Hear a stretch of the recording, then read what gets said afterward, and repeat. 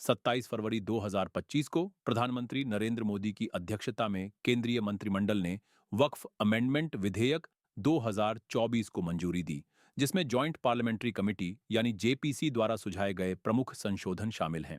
इस विधेयक का उद्देश्य वक्फ संपत्तियों के प्रबंधन और निगरानी में सुधार करना है, जो इस्लामी कानून के तहत चैरिटेबल एसेट्स हैं। भारत में वक्फ का पहला उल्लेख 14वीं शताब्दी के ग्रंथ इंशा ए मेहरू में मिलता है, जिसे अय्युनुल मुल्क इब्न मेहरू ने लिखा था। इस ग्रंथ के अनुसार मोहम्मद गौरी ने मुल्तान में एक जामा मस्जिद के लिए 2 गांवों को वक्फ किया और इसके प्रशासन की जिम्मेदारी शेख उल इस्लाम अर्थात सर्वोच्च धार्मिक अधिकारी को सौंपी।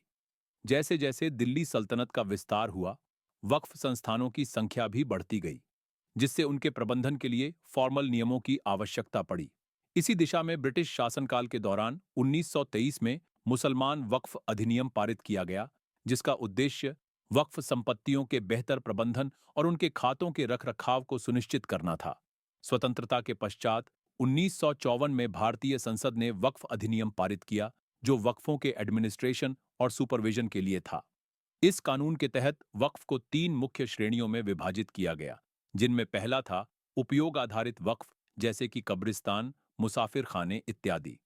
दूसरा था मशरूतुल खिदमत अर्थात सेवा इनाम वक्फ, जिसमें काजी सेवा, निखरी सेवा, पेश इमाम सेवा और खतीब सेवा शामिल थी। तीसरा था वाक्फ अलाल औलाद। इसमें वक्फदाता अर्थात वाकिफ द्वारा अपने परिजनों या मुस्लिम कानून द्वारा मान्य किसी भी धार्मिक, पवित्र या परोपकारी उद्देश्य के लिए किया गया दान शामिल था।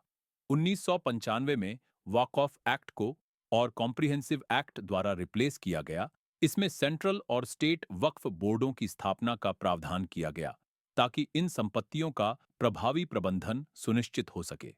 इसके तहत केंद्र सरकार ने सभी राज्य सरकारों को निर्देश दिया कि वे वक्फ संस्थाओं जैसे कि मस्जिद, दरगाह, हुसैनिया, कब्रिस्तान, तकिया, ईदगाह, अंजुमन और अन्य धार्मिक व परोपकारी संस्थाओं का प्रशासन करें। इस कार्य के लिए सरकार ने एक वैधानिक निकाय भी गठित किया, जो राज्य वक्फ बोर्डों की निगरानी करता है। ये राज्य वक्फ बोर्ड जिला वक्फ समितियों, मंडल वक्फ समितियों और अन्य वक्फ संस्थानों के लिए प्रशासनिक निकायों का गठन करते हैं। हालांकि इन नियमों के बावजूद संपत्ति के दावों और मैल एडमिनिस्ट्रेशन के आरोपों सहित चुनौतियां बनी रहीं। इन्हीं आरोपों को शांत करने के लिए 2013 में वक्फ एक्ट में संशोधन किया गया। इन अमेंडमेंट्स का उद्देश्य ट्रांसपेरेंसी बढ़ाना था, लेकिन इन्हें वक्फ बोर्डों को अत्यधिक शक्तियां देने के लिए आलोचना का सामना करना पड़ा और बहुत से प्रॉपर्टी डिस्प्यूट उत्पन्न हुए। उदाहरण के लिए, तमिलनाडु वक्फ बोर्ड द्वारा कुछ गांवों पर दावा करने से महत्वपूर्ण विवाद पैदा हुआ। इसमें 1500 वर्ष पुराना एक हिंदू मंदिर भी शामिल है। इन्हीं विवादों को संबोधित करने के लिए 2025 बिल लाया गया है। 2025 विधेयक के तहत प्रमुख मुद्दे जिनको संबोधित किया गया है, उनमें से पहला है कि वक्फ की घोषणा केवल 5 वर्षों से इस्लाम का पालन कर रहे संपत्ति मालिक ही कर सकते हैं और वक्फ बाय यूजर की अवधारणा हटा दी गई है। दूसरा, अब वक्फ संपत्तियों का सर्वेक्षण जिला कलेक्टर या उनके द्वारा नियुक्त अधिकारी द्वारा किया जाएगा। तीसरा, वक्फ बोर्डों में मुस्लिम महिलाओं और गैर मुसलमानों को अनिवार्य रूप से शामिल किया जाएगा। चौथा, बोहरा और आगा खानी समुदायों के लिए अलग बोर्ड बनाए जाएंगे। इसके अलावा वक्फ ट्रिब्यूनल को 2 सदस्यों के साथ पुनर्गठित किया गया है और उच्च न्यायालय में 90 दिनों के भीतर अपील की अनुमति होगी।